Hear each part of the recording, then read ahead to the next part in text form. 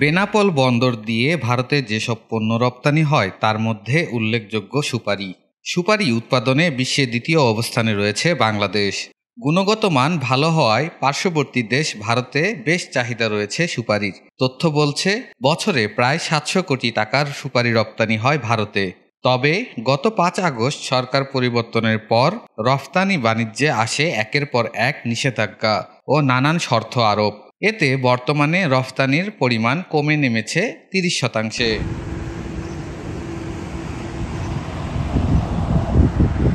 সুপারি রপ্তানিকে ওপারে মান পরীক্ষায় ধীরগতিসহ কৃত্রিম সমস্যা তৈরিতে ভারতে প্রবেশের অপেক্ষায় প্রায় 2 মাস ধরে বেনাপোল বন্দরে দাঁড়িয়ে আছে শতাধিক রপ্তানিমুখী পণ্যবাহী সুপারির ট্রাক।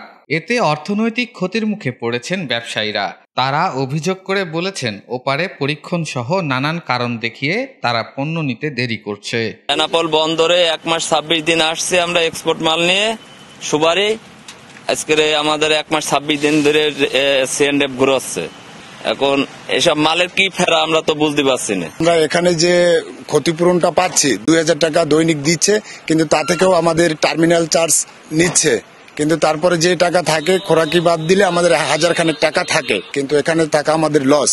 আমাদের মালিকেরাও অনেক চাপ দিচ্ছে। বন্দরে দীর্ঘদিন আটকে থেকে নানান সমস্যার সম্মুখীন হতে হচ্ছে ট্রাক চালকদের। সংকীর্ণ বন্দরেও দেখা দিয়েছে পণ্য জট। যে গাড়ি খালি হইতেছে না, এই যে জামজট সৃষ্টি হইতে আছে।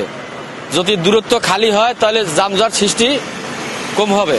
বেনাপোল সীমান্তের ওই পাশে পণ্যের মান নির্ণয়ের জন্য মালামাল এক্সপোর্টে বিলম্বিত হচ্ছে। পণ্যবাহী অনেক সুপারির গাড়ি বাংলাদেশে রপ্তানির অপেক্ষায় আছে।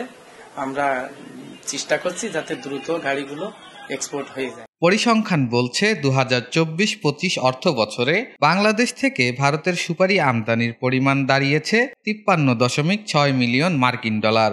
আগের অর্থ বছর 2023-24-এ এই পরিমাণ ছিল মাত্র 13.29 মিলিয়ন মার্কিন ডলার। অর্থাৎ 1 বছরের ব্যবধানে বাংলাদেশের রপ্তানি বেড়েছে প্রায় 4 গুণ। এর ফলে ভারতের মোট সুপারি আমদানিতে বাংলাদেশের অংশীদারিত্ব 2023-24 অর্থ বছরের তুলনায় 9% থেকে বেড়ে 2024-25 সালে দাঁড়িয়েছে 37%। এই বন্দর ব্যবহার করে যে সমস্ত পণ্য রপ্তানি হয় তার ভিতরে সুপারি অন্যতম। আমরা লক্ষ্য করেছি যে চলমান অর্থ বছরে 2025-এর জুলাই থেকে এই অক্টোবর মাস পর্যন্ত আমাদের এই বন্দর দিয়ে প্রায় 10,650 মেট্রিক টন সুপারি আমাদের ভারতে রপ্তানি হয়েছে।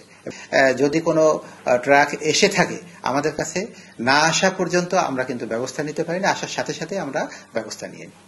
বেনাপোল স্থলবন্দরে বর্তমানে শতাধিক রফতানিযোগ্য সুপারির ট্রাক ভারতে প্রবেশের অপেক্ষায় আছে।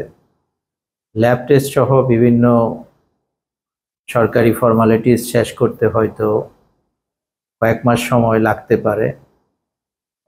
এছাড়া এ জাতীয় পণ্য রপ্তানিতে অন্য কোনো জটিলতা নেই, এটা একটা স্বাভাবিক প্রক্রিয়া। সুপারি উৎপাদনে বিশ্বের দ্বিতীয় অবস্থানে রয়েছে বাংলাদেশ।